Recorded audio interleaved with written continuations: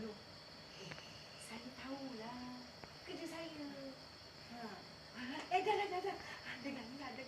Ini saya mendebarkan jamarat tu. Pemegang mohon berhubung saya mengumumkan kita akan menyambut bulan Syawal pada esok hari. Yes! Esok raya!